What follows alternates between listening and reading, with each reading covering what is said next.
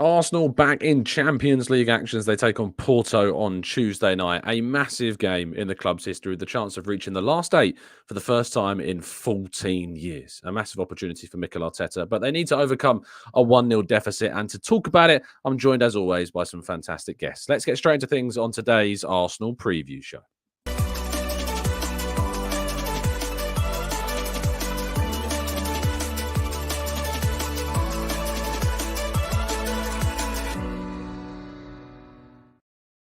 Hello and welcome to the Gooner Talk. Back with you guys for another episode of what is the Arsenal preview show, joining you at the start of a week which includes the final game for 19 days, believe it or not. It's very frustrating, very annoying, but we'll take the positives of a long break before Man City and a chance to rest up. But the international break is upon us and we don't have FA Cup action to tie us over either until that point. Neither do we have any Premier League action because, of course, Chelsea is still involved in the competition. And I'm going to have the joy and the absolute pleasure of actually being at Stamford Bridge to cover that game on Sunday. So it's going to be interesting. I'm joined by three fantastic guests to talk about tomorrow's game for Arsenal, however, which is that final game. First of all, Tom, how you doing, mate? You good, Joel? I'm doing great. Of course, we have Chelsea to blame again that we don't have football for a couple extra days or a week, really. So yes, frustrating, but they only annoy us. That's their job as Chelsea. That's all they could, even to their own fans at the moment. All they can do is annoy, which will actually more bask in, I think, than anything else. Also making a return is Kian. How you doing, mate? You good, Joel? No, not at all. Very nervous. Why? What's wrong? Tell me. These next two games literally define our season, so it's very nerve-wracking. That's a good way of putting it. You're right. Yeah, they literally are the most important games of. Do I dare say the last decade? Are they the most important games of the last 10 years? Mike, I'll ask you that question. Yeah. Quite simply. Yeah, basically. Yes, they are. Arsenal, of course, with the chance of progressing to a Champions League quarterfinal, which I think, Tom, we could all say Arsenal have a good chance of winning if they do.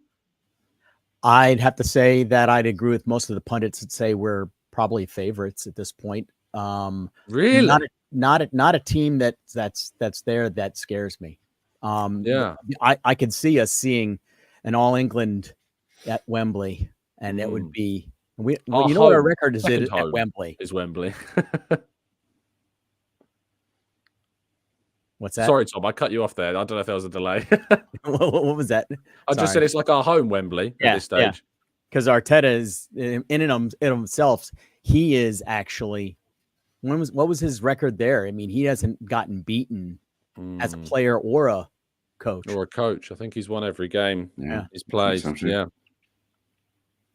Unfortunately, Kian, though, he hasn't won any games at the Emirates in the Champions League knockout round. Is that what's got you so worried about this one?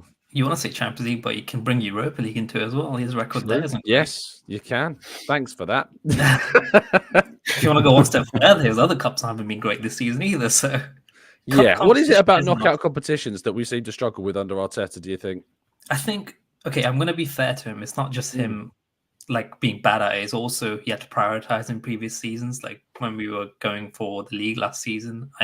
I know a lot of fans weren't happy with him throwing Europa, but I was kind of on board. I was like, this is more important. You have to prioritize, and we don't have the squad of City or Liverpool that we can just play every competition, go for quads and everything. We're not there yet. I think we're very close. Like next season, I expect him to go for every cup. There's no excuse next season. This season, I can still forgive him. Focus on the big two champions in Premier League. But the thing is, we don't have the heritage. The knockout stage, the Porto game was so obvious that we were nervous. I don't think it was down to anything else. It wasn't tactics. Arteta got it right, just be safe, going away from home, the hostile atmosphere, tough stadium to go to. But the players were making silly mistakes, passes going off the pitch. Even Saliba and Gabriel both look nervous, which they haven't been all season. And they look so nervous in that Porto game. And I just think Champions League nights, hopefully if being at home helps us a little, but I see us being a little nervous. Yeah, I think that the last thing you said there is going to be key. Mike, the Emirates Arteta was really bigging up, the crowd in his post-match presser after Brentford. He's actually facing the press in just over an hour's time from when we're recording this show. I imagine he's going to try and call upon more of that noise, which was talked about ahead of the Newcastle game, where Odegaard was very much in the programme notes saying, bring the noise, and the Emirates was great that night. I'm expecting probably the best atmosphere at the Emirates. I'm hoping it's the best Emirates atmosphere I've ever experienced, to be honest, tomorrow night. But do you think that is what will be the difference between where we looked, as Kian said, so nervous in Porto and hopefully putting in a rather more measured and professional display? I think there's a bit of synergy there, perhaps. If I think the crowd will be really up for it from the get-go. I think if we then deliver back with a relatively early goal, I think the atmosphere is just going to blow the roof off, if indeed it had a roof. But that I think is the way it'll work. I think if we don't score an early goal and it remains without score, let's say to half time, I think the nerves start to, or the atmosphere will start to feel a bit more nervous, perhaps. So I think us getting off to a relatively strong and early start is going to help us and the crowd help us back, if you know what I mean. Absolutely, yeah. And you know, we've had games just in the Liverpool home game, the Man City home game, the Manchester United game, where the atmospheres have been very good. In key moments, they've been good. I thought the last game as well, the Brentford game, actually was when we came out for the second half. The atmosphere from the second half starting was unbelievably good. Sometimes it can at the start of games take a little bit to keep it going. There's often like noise at the beginning, and then sustaining that can be tough. And it wasn't obviously until the 85th or 6th or even 8th minute, I think we scored in this game against Brentford. But the noise seemed to keep going throughout the second half all the way to the end. Are you expecting another close affair, Tom? Or do you see this game going differently? Portugal's record in England Porto's record in England is not good. They tend to lose quite heavily, and not just to other teams, but have lost heavily to Arsenal here as well. I don't expect it to be that close, but I do have to echo what Mike said, because if we get something early, it's going to be a lot easier, obviously. I think that, and like what Kian was saying, it was a combination of the nerves, but also a little bit of what we were asking the team to do last time. I think Arteta was really asking them to play for less. We weren't going all out last time. Obviously, we didn't have any shots on goal, so that's not going all out. And I don't know how much of that was to the Porto or the nerves. We did see a different type of defense last time. We saw a little bit more of a mid block, and now I hope that if Arteta is up to it, he's going to have adjusted, and we're going to have some ideas. And I do think that when we get to our lineups, we'll talk about what I think is going to happen with that. But I don't think it's going to be that close. I do think that we're probably going to use the crowd energy, use what we learned from the last match, and then kind of get into an early rhythm, change the game state, and really start to push. And I think it'll be a little bit bigger than most people might think. But then again, I say that a lot. So true, yeah. I think it's different, isn't it, Kim? We can always see like Arsenal games playing out in our minds. Sometimes we assume Arsenal at home against a team we expect to have a lot of possession against, and the way in which we have been playing recently, you'd expect us to get comfortably, a fair few goals in most games we play at home. That didn't happen obviously at the weekend against Brentford. And when we went into that game at halftime and it's 1-1, there was a nervousness about our play, but it still felt dominant. It still felt like it was inevitable that we would score, rather than those games. I think about Southampton at home last season when we went, 1-0 down and then 2-0 down. I didn't feel like it was inevitable there that we would win that game. Yes, we got the draw back and it got back to 3-3, I think it was in the end. It didn't feel like inevitable that we'd win it. The same as even the Bournemouth game. Like, it didn't feel like we'd win that, even though we ended up getting that last-minute winner with Reece Nelson. But there's something this season with the game at Luton. I felt as though Arsenal would eventually come through in that game. The Manchester United home game where we eventually got those goals at the end of that one, I felt like eventually we would win that as well. Even the Chelsea away game, I almost felt like eventually we will come back into this game and we will get the goals that we need. What is the difference between last season's Arsenal and this one that makes me and perhaps you get that feeling that this game tomorrow, which needs another comeback, might be different? I think two things. I think it's the control, obviously, the obvious thing that everyone has been saying all season, that we've controlled games more.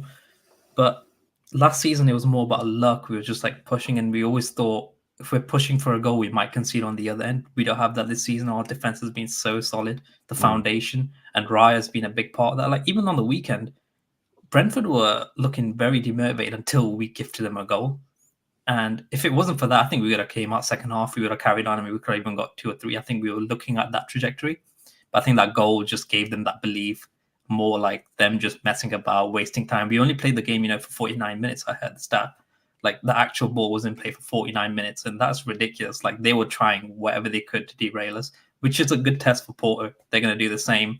And that's why I was very, very close to putting my key player for the game as a referee, not even a player. Because I think if the referee is strict on the cynical fouls, and every time every time we go on a transition, they will just pull us down, do a little foul. They got a lot of experience. They know how to do that. Pepe's there as well. He's going to do everything he can. So if the referee's strict on them and we can get a little advantage, like maybe 1 or 2 of their players are booked, we can keep playing our game. Because I know this season, what's been so well, low block teams, we have so many ways to score against them. Corners, free kicks, crosses, like Bryce and Havertz crashing into the box now. We have some height in there. And what I love about Havertz that I don't see a lot of people mentioning is, I know his goals are there now, his assists are there. He works hard off the ball.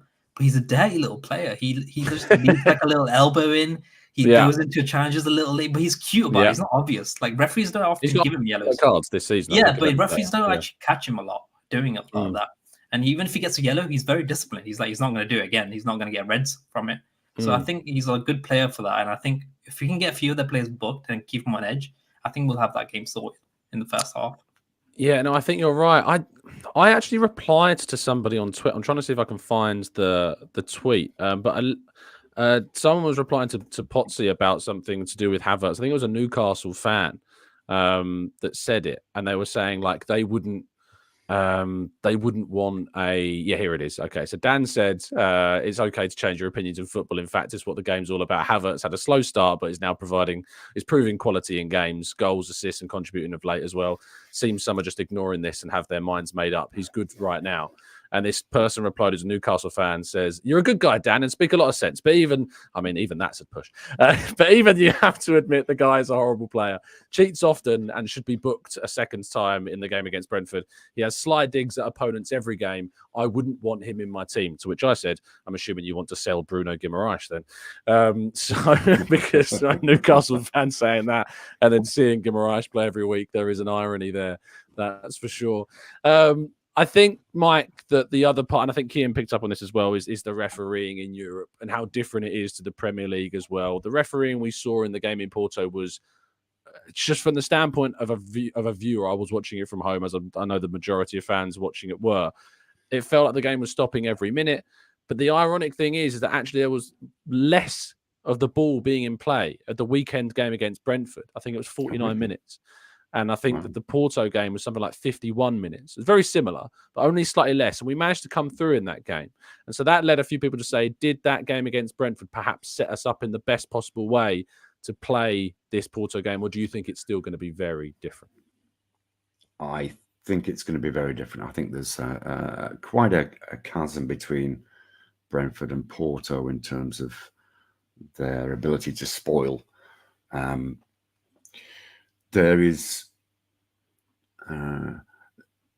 we are in a far, far better position than we were in that first leg right now.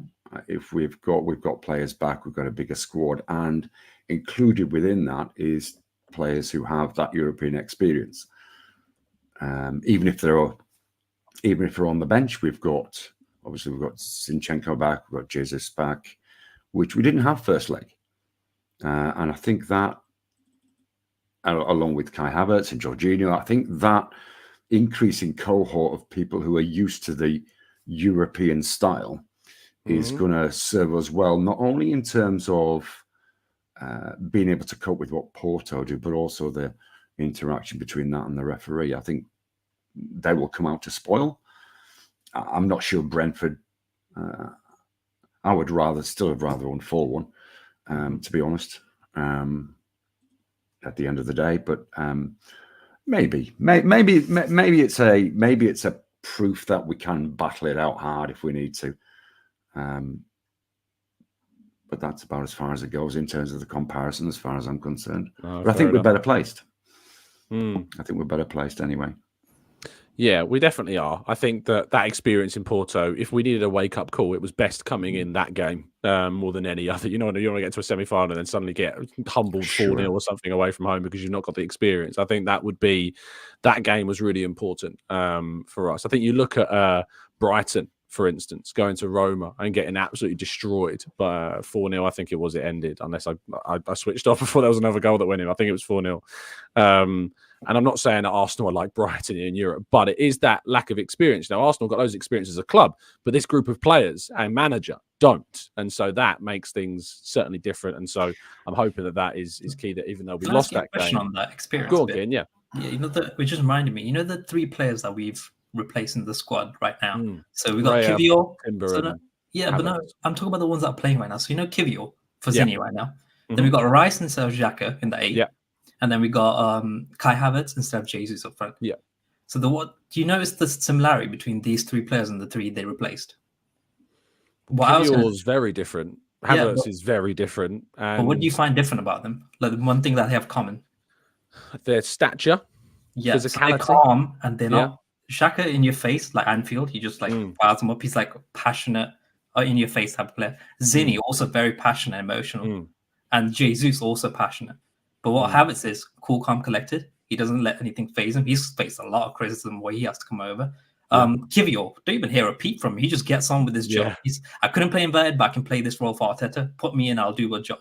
And then Rice, same as him, just gets in there, hard tackling, gets on with his job. Simple, keeps it simple. And he doesn't get into people's face. He doesn't stop fighting. He doesn't rile anyone up. He just does his job. And I think those 3 things are very important. I'd rather have that calm, collected, and being cool in Europe and in the league title race now in the last 10 games than what I'd have with the other 3. I don't know if you prefer that or not.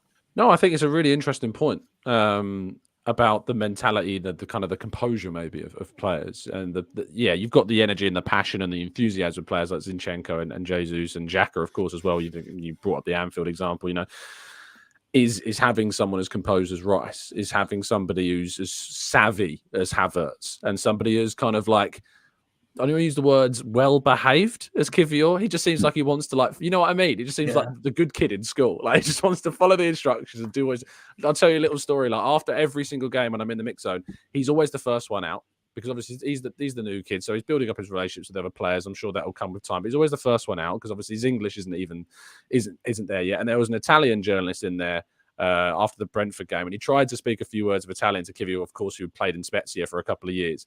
And it's the first time anyone in the mix zone has ever attempted to try and speak to Kivior to get an answer from him. And he stopped for a second. And he's like, he was trying to gauge what the Italian was to get. And he was like, no, I don't really want to take a couple of questions at the moment, because he's still building up his confidence. I'm sure when it develops, he will do more interviews and stuff. But he clearly, I think he just follows instructions. He's very professional. He's very, what's the word I'm looking for? When you're well behaved. What's the other word? He's just respectful, it seems like. Respectful, he's just... I think there's a word. What's the word? Obedient? Mild-mannered? Yes. Obedient is the word. He's just very obedient. Like, he just does his job. Like, he just does what's expected of him. And I think that maybe that, and just, because Zinchenko is a bit chaotic in his play, even though he's more riskier, and Arteta wants him to do those things. But Kivior's just playing the standard centre-half in left-back role. It's a concentration as well. Like, we're not slipping up any. Do you remember the last run-in we had? We gave away so many early goals, so many silly goals, so many errors, and I haven't seen that this season. Even Raya has helped with that. It's very true.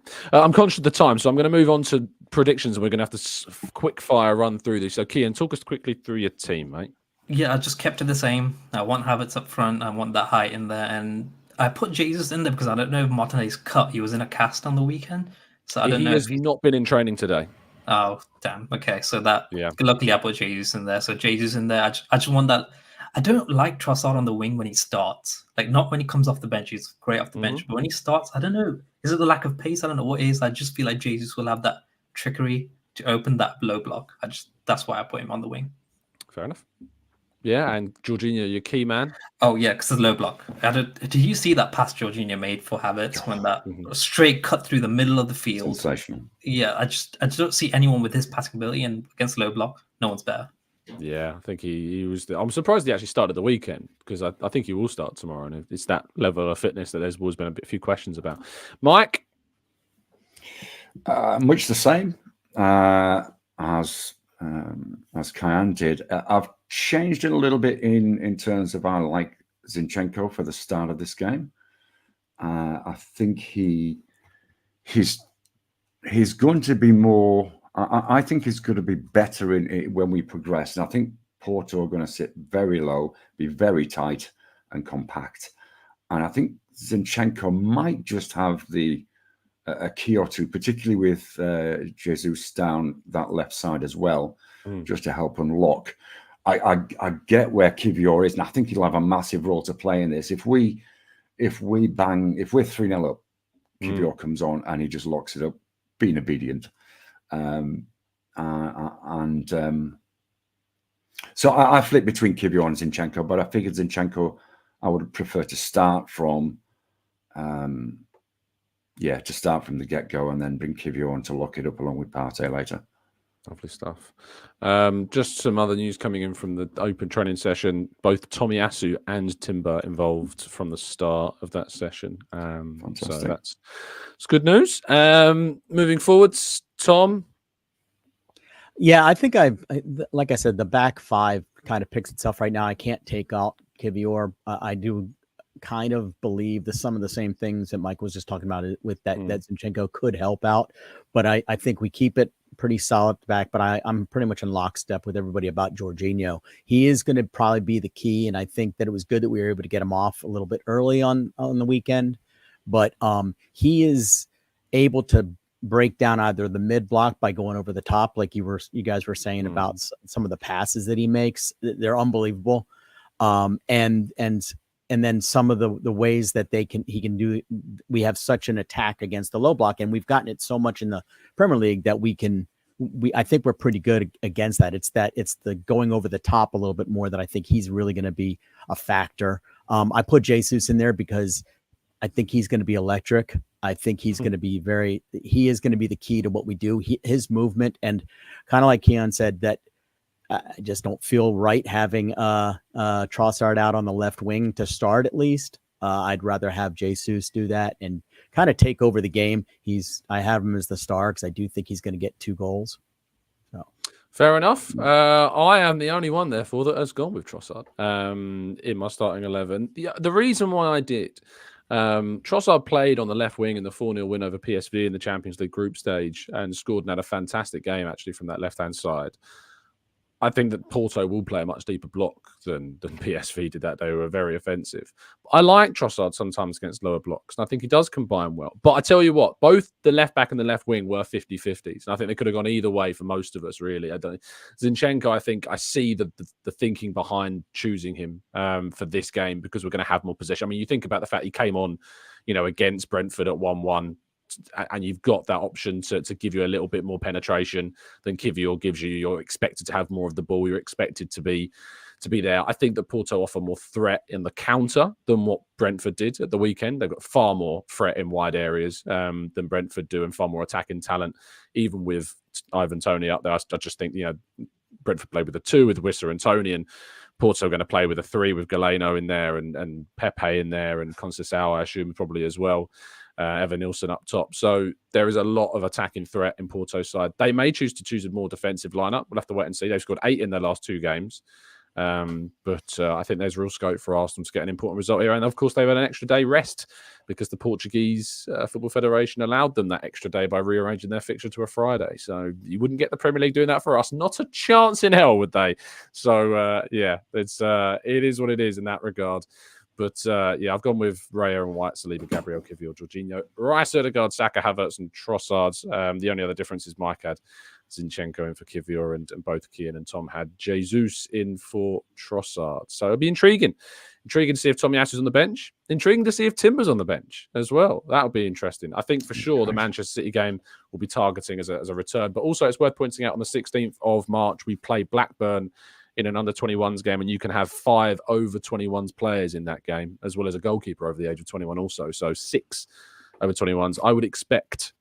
I'll be surprised if they didn't use that opportunity to throw some of the senior players into that game. And if not, definitely a behind-closed-doors friendly. Right, we'll end the show with predictions. Tom, going with you, my friend. Scoreline and scorers, please. I was less confident before I started talking, so I talked myself into 4-1. I do think that, like Keon was saying, the referee is going to be key, and I don't think they're going to get away with some of the dark arts that they tried. And I would be surprised if you don't see a few more short corners for us to be able to try some things different, because they were flopping and falling and diving, and it was ridiculous last game. So I do think that we're going to end up getting 4-1 on them. And I do think the 2 goals will come from Jesus. I think Havertz is going to get one, and Saka is going to get one. Lovely stuff. Kian? Well, I'm going to go the polar opposite. I think we're going to get knocked out. It's just a gut feeling. No! This Just boy. a gut feeling. I swear you only predict bad results when you come on. I'm a pessimistic, so everything else is a bonus if something good happens. I think it's going to never be disappointed. Yeah, exactly. So I think it's going to be a 1-1. It's going to be a very tough. I think they're just going to grind out that slimy result, and I think it's just going to be one of those nights for us in the Europe. And I don't know if it's a good or bad thing, because I think Liverpool will be hoping we'll go through and face Man City and tire each other out for the title race. So I don't know if it's going to be a good or bad thing, but yeah. Fair enough. And Mike? We'll win 3-1. We'll have the Dark Arts master Ben White popping in at the back post to slap one in. I think Jesus looks very at home in the Champions League. I think he'll get the other couple. Lovely stuff. Now, I'm under pressure here because this was meant to be the preview show that I picked the new TGT prediction, and I'll be very honest, I've only remembered about 3 minutes ago that I was going to do that. So I was frantically looking back over the comment section of the videos that we did when I did ask people for their suggestions. We did have some very interesting ones, like David Raya assists, Cedric screamers. I loved the Gabriel hat trick, and that's not one player getting a hat trick. That's Gabriel Magalhaes, Gabriel Martinelli, and Gabriel Jesus being involved in a goal, like all of them involved in the build-up and one of them scoring it. And I do like that. But Jesus is not a guaranteed start at the moment, which makes that prediction slightly difficult. Martinelli, he's out. Yeah. And Martinelli, of course, as well. We've got 4 options, because I think Gabriel Saliba, as member, his middle name is Gabriel, so you could include him in if you like. But I was tempted to do that. Bit of a stretch. It is a bit of a stretch, but I was tempted for that one. But I think at the moment, Jesus and Martinelli's injuries mean that we can't quite, until we have that established starting 11 again. I am leaning towards Havertz because of just the cult following he's starting to get on the channel. The idea of either a Havertz hat trick is one, or a Havertz screamer, because we've not had a Havertz screamer yet. So we've had some really good tap-ins and headers and good finishes. The Brighton goal was probably the most spectacular, you would argue, as a good finish and run through and sprint through. But he scored screamers for Germany and stuff. He does score outside the box. Yeah. So are we going? I'm going to let the chat box decide today. I'll predict a 3-0 scoreline, and I will just say Havertz is going to be involved. And you're going to tell me in the chat box whether you want it to be a Havertz screamer as our TGT prediction for the moment, or a Havertz hat trick. So that's your options. Do get your votes in the comment section. Don't leave it in the live chat, otherwise they'll disappear. Leave it in the comment section down below. If you're on listening on Spotify and all of that, do hop over and give us your vote as well. But thank you to my fantastic panel of guests. Tom, thank you for your time. Tell people where they can find you and what you're going to be up to. All the socials, you could find me at Sir Sable, and we'll be going out. I'm dragging my son to the pub. He's on spring break from university this week, so I'm taking him to the pub tomorrow for the game. So perfect time, evening games for you guys, isn't it? So yep, yeah, a person who is it all right for you, Mike? What time is it going to be tomorrow? Oh no, it's awful, but it's all good. What is it? What time would the 8 o'clock kickoff be in Australia? In Perth, it'll be 4 a.m. Oh, yeah. It'll be nice. It'll be not too bad on the East Coast. It'll be 7 a.m. on the East Coast. So. Well, that's all right. But it's worth it. They better make it worth it. Much trickier. But thank you for coming on, mate. Tell people they can find you what you're going to be up to. I'll be in the Discord channel. Stupid look in the morning, obviously. Yeah. But that's where to find me, Discord channel. And I'd love to see some of you in there if you're not in there already. Indeed. And Kian, thank you so much, mate, for bringing your negativity as always.